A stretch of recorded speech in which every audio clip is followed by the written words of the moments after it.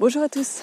Pour cette seconde vidéo, nous retournons sur les traces du grand tétras, mais cette fois-ci pour parler régime alimentaire. Comme nous l'avons vu dans l'épisode précédent, c'est une espèce aux besoins écologiques diversifiés qui va varier en fonction des saisons. Et son régime alimentaire va donc varier également en fonction des saisons. Mais allons voir ça d'un petit peu plus près. Partons en hiver dans nos forêts jurassiennes lorsque la neige recouvre le paysage d'un épais manteau blanc. À cette période de l'année, la nourriture du grand tétras va très peu varier puisqu'elle est constituée à 80% d'aiguilles de sapin blanc et à 20% de bourgeons de hêtre. Si bien que dès la mi-novembre, le sapin blanc va être très important pour le grand tétras, surtout dans le massif jurassien. D'ailleurs, les grands tétras ne choisissent pas leur sapin nourricier au hasard. On a souvent été surpris parce qu'en fait, les arbres nourriciers choisis ne sont jamais les plus gros ni les plus beaux, mais par contre, des études ont montré qu'ils possédaient des aiguilles très riches en azote, ce qui permettait une meilleure assimilation des maigres calories disponibles dans les aiguilles de sapin.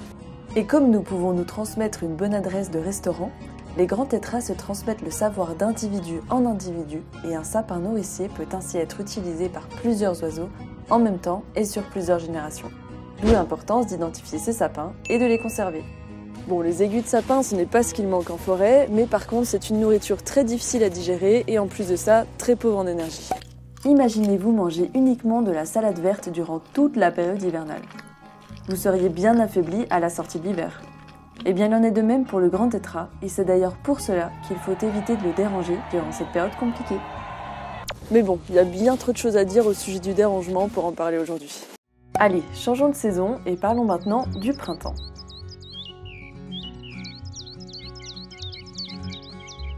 À l'arrivée des beaux jours, il va devoir reprendre des forces pour être en pleine forme à la saison des amours. Sa nourriture reste sur une base d'aiguilles de sapin, mais va migrer petit à petit vers un régime beaucoup plus riche tel que des bourgeons de hêtre, de bourgeons de myrtiller si la neige a fondu, et petit à petit, il va consommer des graminées et des inflorescences au fur et à mesure de l'avancée du printemps. Et comme nos poules domestiques, il va rechercher des petits gastrolites. En été, les tétras sont aussi gourmands que certains d'entre nous, et donc leur menu sera majoritairement constitué de fruits tels que les fraises des bois, les framboises et surtout les myrtilles.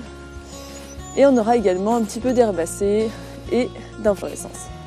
Les jeunes nés à la fin du mois de juin vont quant à eux se nourrir d'insectes tels que des fourmis, des criquets ou encore des arachnides durant 3 semaines et vont ensuite passer progressivement à un régime végétarien.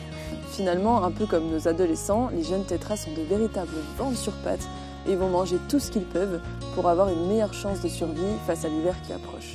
Rendez-vous compte, passer de 40 grammes à 3 kilos en l'espace de 3 mois, c'est énorme! Et voilà l'automne qui arrive. Il est maintenant temps pour nos oiseaux de se préparer à l'hiver.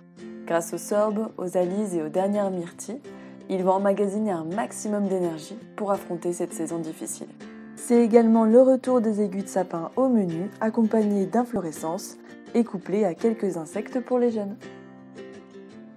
Petit à petit, avec l'arrivée des flocons, le sapin sera à nouveau le seul plat disponible au menu. Et la boucle est bouclée. Maintenant que vous savez tout sur le régime alimentaire du grand tétras, je vous invite à aller tester vos connaissances sur le quiz que vous trouverez dans la vidéo en lien dans la description.